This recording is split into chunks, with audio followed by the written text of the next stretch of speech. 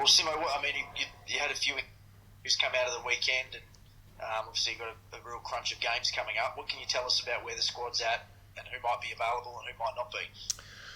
Where do you start? Elliot Yeo won't be available for another couple of weeks, although he's recovered really well with some of the pain he had last week, but that's probably more than 1 week away. So Jakey Waterman had a plate installed in his hand, and he's a couple of weeks away. It's not as bad as that sounds. Jack Redden will miss definitely this week and possibly next week. Vardy got out of hospital, and now it's all about recovery for him, so he'll miss a chunk of football, but might be still available for the back end of the season. Off the top of my head, I can't think of too many others that we've copped. And Mark Hutchings cut his foot in the gym last week, so he had some stitches. Don't ask me how he did that, but I think he's okay for this week. But yeah, so we've got a few niggles here and there, just like everyone else in the league. So we have to manage as best we can, and obviously a huge game this week before we head off to Queensland. With Redden out, and obviously you've lost Yo for a couple of weeks, is it simple as Hutchings just comes into that team, or is it one of those young guys, Brayshaw or O'Neill, you've been talking about for a while? What do you do with that midfield mix? Yeah, well, that's match committee this afternoon. So fortunately, we don't have to make a call till Saturday. But those three guys, along with a couple other options we might have as well. I mean, Liam Duggan's available this week, which is a great positive for us. He's been a really good touch. So, and we've been pretty happy with our backs, with Josh Rotham coming in playing his role, and how that'll look. So we're working through all those dynamics this afternoon, and we'll make a call in the next 24 hours. Are you sort of suggesting there that maybe Liam Duggan could potentially play some midfield time, or is that with the Rotham mix and all that sort of thing, or is that just something you'll consider? Or well, we're going to look at it. Yeah, I mean the guys, there's obviously guys that have been trained. Those young guys have been pretty close to selection for a number of weeks. So yeah, well, all those Duggo played as a midfielder for a few years and's trained up. So he's part of that conversation that we'll have today, and. Working through probably what we've done in the last few years. We have pretty specific roles for all of our players. I think we're going to need a bit of flexibility in the next month, and that includes this week. Simo, just in terms of Mark Hutchings, in terms of his fitness, is he fully fit, ready to go despite that cut? And I mean, in terms of him having an immediate impact, it'll be his first game of the year. So is he fit and ready in terms of the AFL standard and the compromised fixture? Oh, look, I think his experience and professionalism takes him to a certain point. Unfortunately, he didn't play in the scrimmage last week, albeit we had 6 available, so it was a bit one-sided. The Hawthorn boys topped up our guys and then beat us by 20 goals. So we didn't get much of a hit out, but Hutch didn't play in that game, and we're not going to have a lot of scrimmage work between now and probably the end of the season. So we're going to have to go on the players' training habits and the way they prepare, and Hutch is always one that's the top end. So he's probably a little bit underdone, but we could play him at a pinch this week. So we've got to look at how the rest of the boys are. But he's not going to get any match fitness because there's no games to get match fitness in. So whenever he plays, he'll be underdone, whether it's this week, next week, or the week after. And you talk about having a variety of roles and being flexible. With Mark, do you just see him as a traditional tagger and a shutdown role? Oh, yes and no. He's played a number of roles. Obviously, he's found a really good sweet spot, especially in 18 and parts of last year where he ran with opposition's best player. We haven't really done that this year. Is that because Hutch is not available, or we've gone in a different direction? We're still working through that. Plenty to choose from this week if we did that with him. But he's played as a high half forward and on the wing as well. So, like I said, he has got some flexibility with his role, albeit his best role is probably a shutdown role.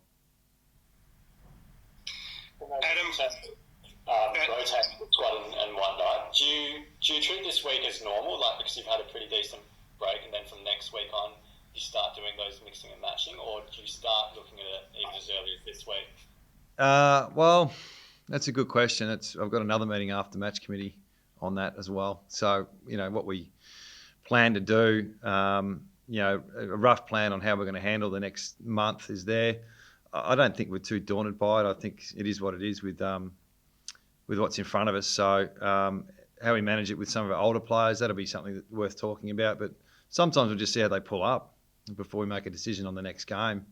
So, and if we win or not is also pretty important as well. So I think we've got a Richmond game after the Giants in Queensland, which we'll prepare for after we play the Giants. So if we have to manage someone before that or before that game, we'll look at it. But I'm not overthinking that part. Every time we do that, it doesn't seem to work. So we'll just plan on trying to play our best team this week, I think.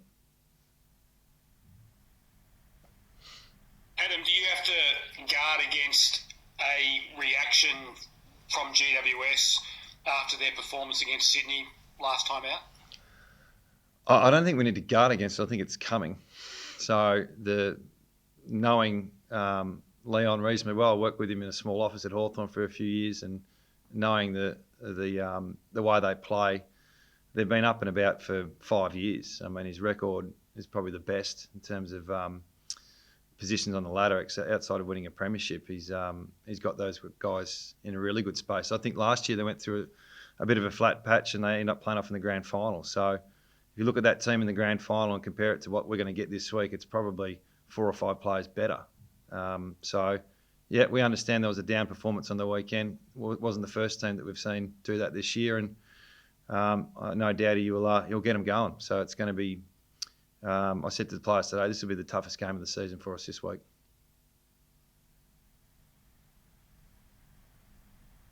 Can you even review that game against Sydney as a scout too much, Simo? They were just so bad. Oh, I think you've got to give Sydney a bit of credit too. It's winning's hard. Playing with your team you got and your personnel with injuries and your system and trying to play your way whilst handling quarantine and living out of a hotel and all those things. So there's plenty of excuses I suppose we can all make, but sometimes you just have a down day. And that's what it looked like on top of Sydney having a really good day. So they've won the last 3 out of 4 games. So there's plenty of commentary going on, but right now it's all about winning. And how you win, it doesn't matter. Just get the wins on the board and qualify for finals as quick as you can. And that's no doubt their objective, and that's ours as well. So it's going to be game on. Earlier, Leon Cameron joked about countering Nick Naitanui and said he might have to throw Jacobs on Mumford's shoulders and combat it that way. But a bit humorous. But is there much that teams try against Nick Nat that actually keeps you guessing, or is it something you don't have to worry about too much? Oh, no, the way that Nick operates is he puts probably as much as the time he spends on his own craft, he spends on an opposition as well. And there's nothing's changed this week. So, we're not quite sure who we're going to come against, if it's Jacobs or Mumford, but he scouted both of them along with Oscar Allen and Hickey and Bailey Williams. They put a lot of work into the opposition and they prepare the best they can. So it doesn't mean success. It just means they're well prepared. So and there's all Australian ruckman every second week that we play against. And Nick's had his fair share of wins this year, but that doesn't mean it's going to happen every week. So not falling for that one, Leon. Simo, you talk about Tom Hickey there and not Vardy out for a while. Is Tom Hickey fully fit and ready to go at the moment, ready to step in if Nick is actually rested in the next couple of games? Yeah, we think so. He had a little niggle last week in the scrimmage against Hawthorn, but I think it was back related, so nothing too strenuous. So we're anticipating he'll be available this week and next week if we need him as well. Adam, is Josh Kennedy part of that mix as well, considering this starts a run of 5 in 19? Is he someone who sort of jumps to the front of the queue who may need a rest, given what he's achieved this year? I'm not talking about resting anyone. So, we're talking about the Giants. So there's discussions we need to have about how we manage our list, but that's not getting in the way with our preparation. So I feel like some of these conversations we'll be having after we play and how they pull up. Because if they pull up well, they play. If we have to manage someone throughout that period, then we'll look at it. But we're not going to overplan albeit we do need to have an eye on some of our older players for sure. Adam Toby Green's back for the Giants. Is he? Some call him one of the best 5 players in the league and their most important player. Do you send Shep to him, or have you got an idea? Yeah, I was sort of hoping to just give him another week, just get him really right for the back end of the season. No, he's a great player. He's a match winner. So how many match winners are in the league? There's probably 2 or 3 in every side max. So he definitely makes everyone play a bit stronger and a bit tougher around him. So we're aware of it. Look, Shep's done some really good jobs this year. I think our backlines complemented each other pretty well in the last 5 or 6 weeks. They've been a real catalyst behind our return to a bit of form. So, it might have to share the role a little bit. They've got some pretty good players. If you look at that forward line, it's pretty high in calibre. So, we'll have our work cut out for us. This game, Simo, is potentially your last at home for the year, depending on what the AFL do with finals. How much do you tell the guys just to soak up that atmosphere and put on the show for the fans? Well, we've enjoyed the crowd, we've enjoyed the ground. It's a Doug Nicholls round this week as well. We've got some really high-end pride and really proud to have so many Indigenous players play for our footy club. So that'll inspire us as well. But our crowd's been sensational, and it's been a real privilege really to be able to play in front of a home crowd for, I think, 5 games. One of them was a Fremantle crowd. But we're lucky, so and we get that. It's been really fortunate, and off the back of good management with our state, we've been able to play in front of a crowd. So we understand how important that's been for us, and we're going to miss it when we travel. Adam, do you guys know where you're going to be staying in Queensland yet, or is that still up in the air? I'm not telling you, Duff. You can work that out yourself, mate. You have to come over this time. Adam, do we underestimate the winning streak that you're on at the moment, considering all the challenges this year's throwing up? Oh, no. I think, we this part of the year, if we can keep chipping away and knocking over the wins, that's fantastic. We needed to get on a bit of a roll after what happened last time. And I don't know where we're staying, by the way. We haven't been told. I think we might get told Monday after the round's finished where we're staying on Tuesday. So, look, we needed to get going. So our brand, our system, whatever you want to call it, the way we played, I think there's a bit more stability behind it. And that doesn't mean we're going to win every game, but I think it's holding us in good stead. And hopefully we bring the energy and effort behind that, and that complements the system towards victory. But that's not guaranteed. So I'm not quite sure how many wins you need this year to make finals. It feels like it's around the 10-11 mark. So that's our goal at the moment.